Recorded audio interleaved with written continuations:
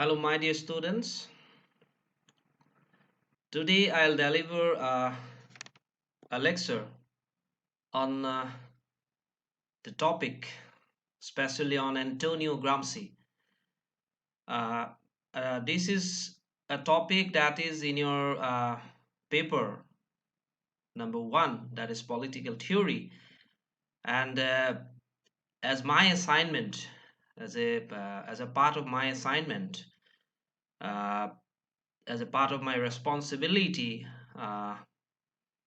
to discuss this particular unit with you. So in that context, I'd like to deliver a video lecture on Antonio Gramsci's concept of state, his concept of hegemony, his concept of civil society, his concept of ideological state apparatus. But it may not be possible to sum up all those ideas of Antonio Gramsci within a single lecture. But I'll try my level best to make some sense with my deliberation so that you can, understand uh, a little bit about Antonio Gramsci's different ideas, especially hegemony, state, and civil society. This Antonio Gramsci is considered to be a kind of, a neo-Marxist. He's considered to be a neo-Marxist. His well-known book that we all know, that is Prison Notebooks. He basically reformulated the Marxist ideas, and he tried to broaden the Marxian perspective by making some sort of, uh, post-Marxian analysis in that particular Prison Notebooks. And as a whole, this Gramsci's analysis on this, Marxian philosophy is considered to be the new Marxist analysis. So the very first idea, which basically related to Antonio Gramsci, is considered to be hegemony. And while we are talking about hegemony, we have different ideas, but from this Gramsci's viewpoint, I'd like to analyze the concept of hegemony from theoretical perspective. So from Gramscian viewpoint, the very idea of hegemony is considered to be a kind of ideological indoctrination of common sense value.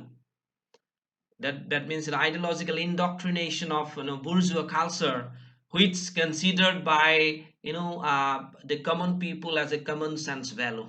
So on the basis of that analysis, and this on that particular theoretical assumption, Antonio Gramsci tries to analyze how the entrance capitalist forces, with the help of some sort of other arrangement, with the help of some sort of political society, with the help of civil society, how this entrance capitalist forces under the garb of the state mechanism continues to be remain dominant.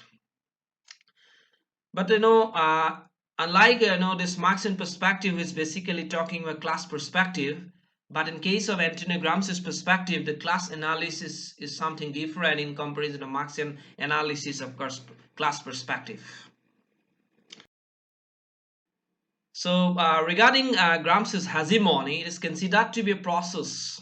It is a process in civil society whereby a fraction of the dominant class exercises control through its moral and intellectual leadership over the dominated class. That means, in nowadays, in a post-Marxian analysis, in the societal context, the very idea of civil society is very much prevalent, which has been considered as, from Hegelian perspective, is considered as a, pre-political society, and Marx also analyzes in that way. But from Gramscian viewpoint, the civil society plays a very significant role in terms of maintaining hegemony, along with making some sort of consensus with the state mechanisms. And state continues to be remain a kind of coercive force. Then secondly, it's a kind of relationship between the dominant and the dominated class. The hegemony involves the successful attempts of the dominant class to use its political, moral, and intellectual leadership to establish its view of the world as all inclusive and universal, and to shape the interests and needs of the subordinate groups. So that is one particular analysis of Gramscian hegemony. But more specifically, I'd like to tell you that how this Gramscian version of hegemony does imply. It's basically analyzed in terms of two society.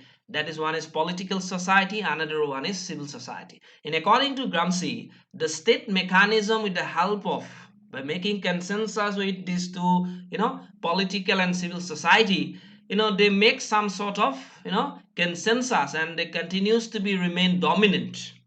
Firstly, say for example, this political society. Whenever we're talking in political society, it's basically talking about the police, the domination, the coercion. And whenever we're talking about civil society, that means the consent, that means the corporations. So on the basis of this on the basis of this relationship in political society and civil society, by making consensus with these two forces, the state as a dominant entity continues to be remain dominant. From political society's perspective, we have these police forces, we have this defense mechanism, we have this coercive powerful entity. And from civil society perspective, the civil society always tries to gain the consent of the common people. The civil society always try to develop that particular idea, which I have already told you, that is ideological indoctrination of bourgeois culture. They tries to legitimize this ideological indoctrination of bourgeois culture and make people to believe that it's a kind of common sense values for all. That means the civil society, by making consensus with the political society, by making some sort of consensus with the state mechanism, they always try to gain the confidence of the common people that they cannot go alone, they cannot survive of their own, they need some sort of leadership. So the basis of that intellectual leadership characters that prevail within that particular subconscious group, within that particular civil society groups, by making some sort of consensus, the state mechanism continues to be remain dominant, and in that way, this hegemony continues to be relevant. And in this this Gramscian perspective, the very idea of hegemony is not at all related with this economic dominance. Likewise, this Marxian perspective is basically his analysis based on this economic class perspective. But from Gramscian perspective also is talking about this class perspective, but his idea of class perspective is something different in comparison to Marxian analysis of this economic class perspective.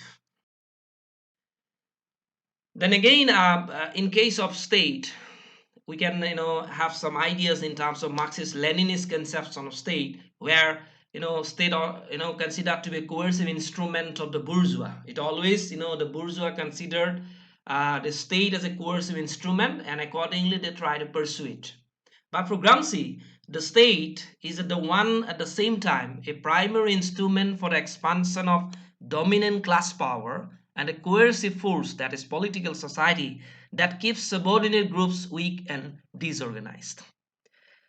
That means from Gramscian viewpoint, the state on the one hand, it's considered to be a kind of primary instrument. It is not it is not a single instrument. It is one of the primary instruments for expansion of dominant class power and coercive force.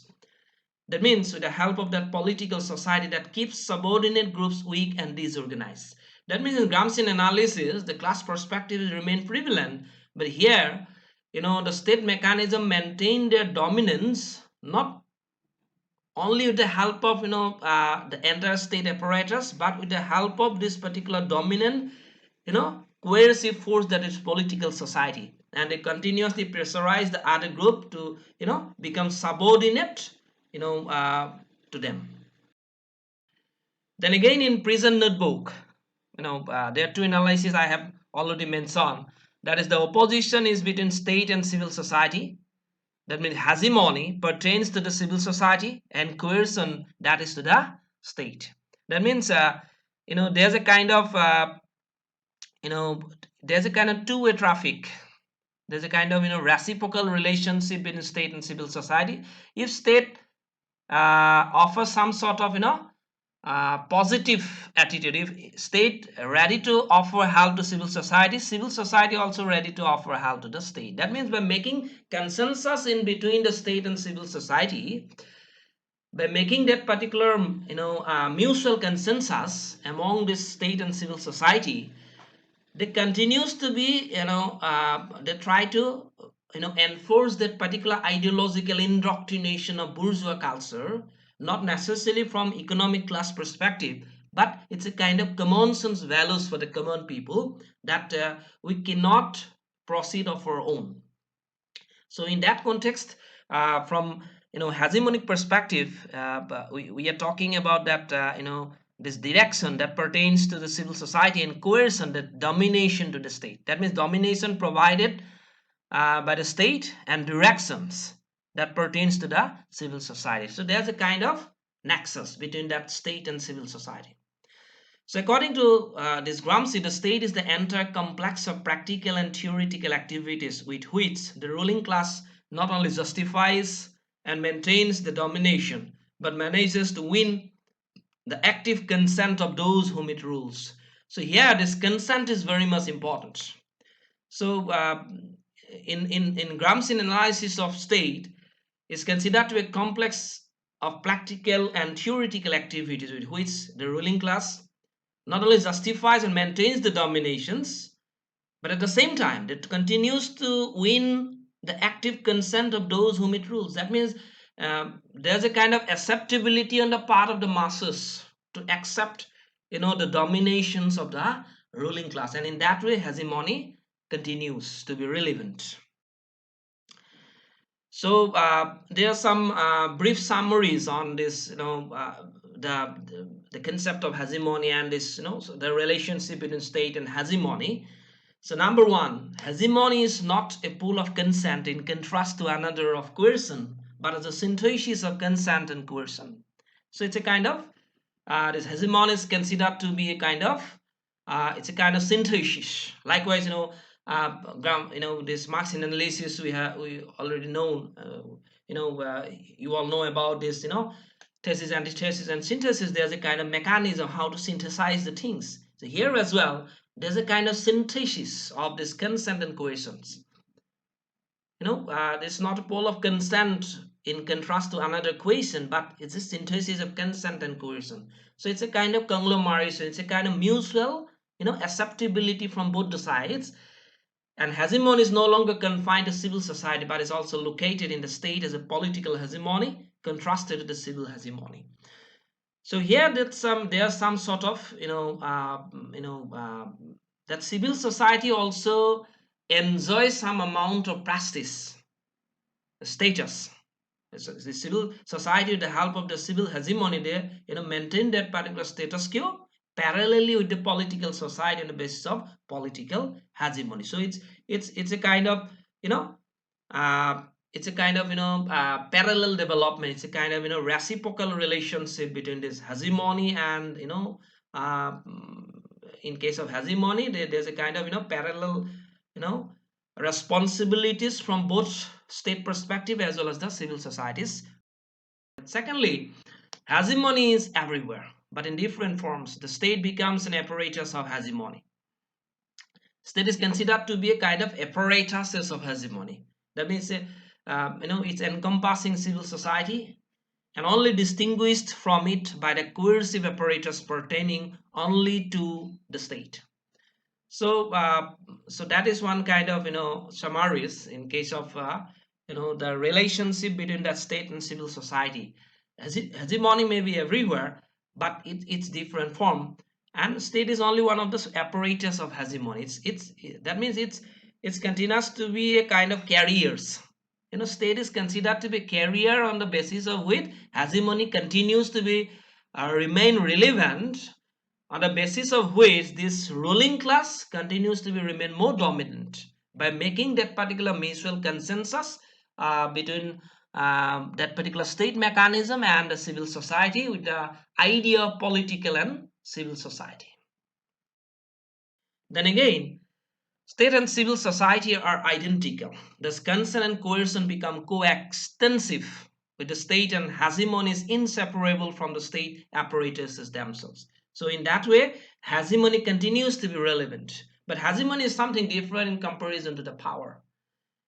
So, this Gramscian analysis of this hegemony is something, it's a kind of extension of Marxian version of this class perspective. It's a kind of broader perspective. It tries to broader the Marxian perspective by putting emphasis upon this very idea of hegemony, and how with the help of this hegemonic behavior state continues to be remain dominant.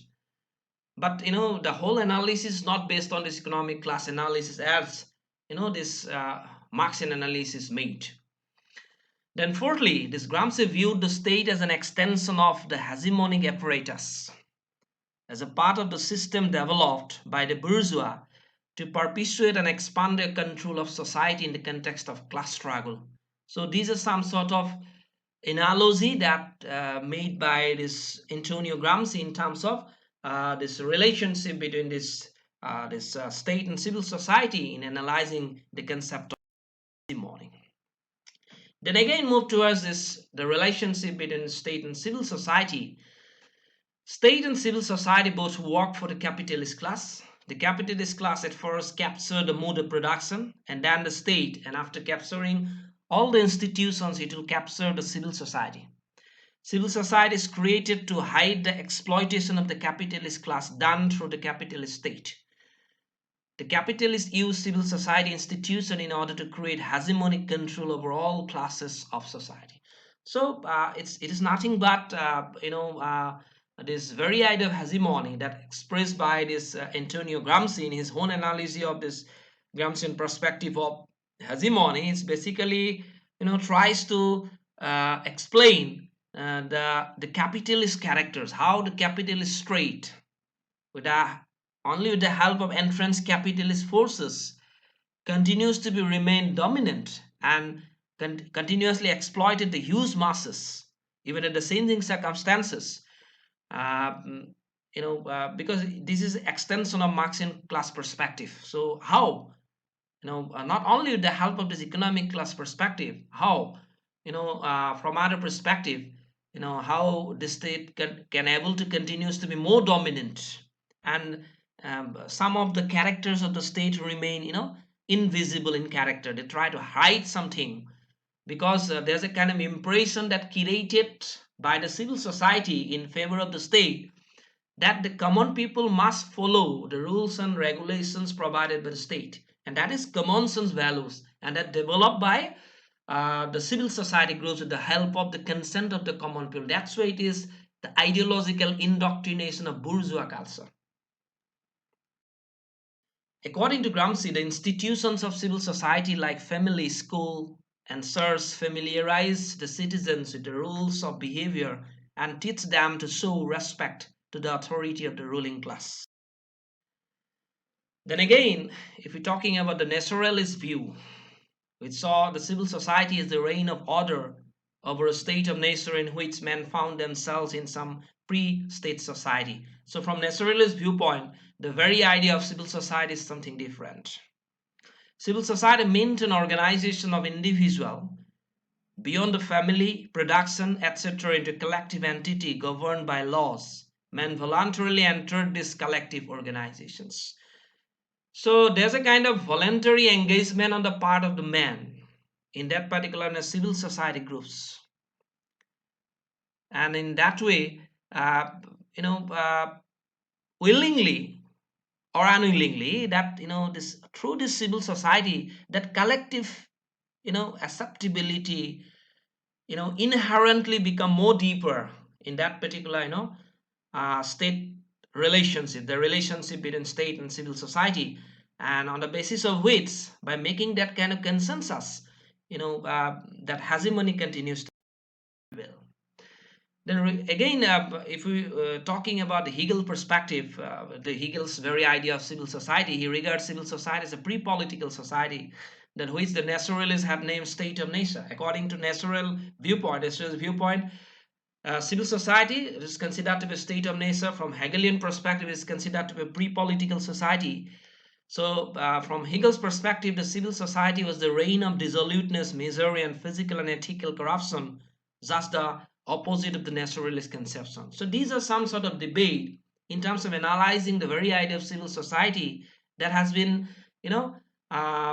re-emphasized by, Gramsci in his own analysis while talking about, when analyzing the market.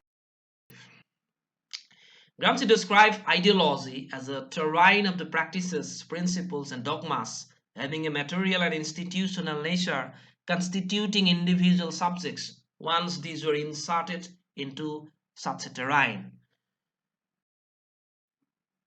Then again, regarding this ideological state apparatus, that means all ideological and political superstructure, including the family, trade union, reformist political parties, and private media, are by definition state apparatuses, or to put in another way, are hegemonic apparatus.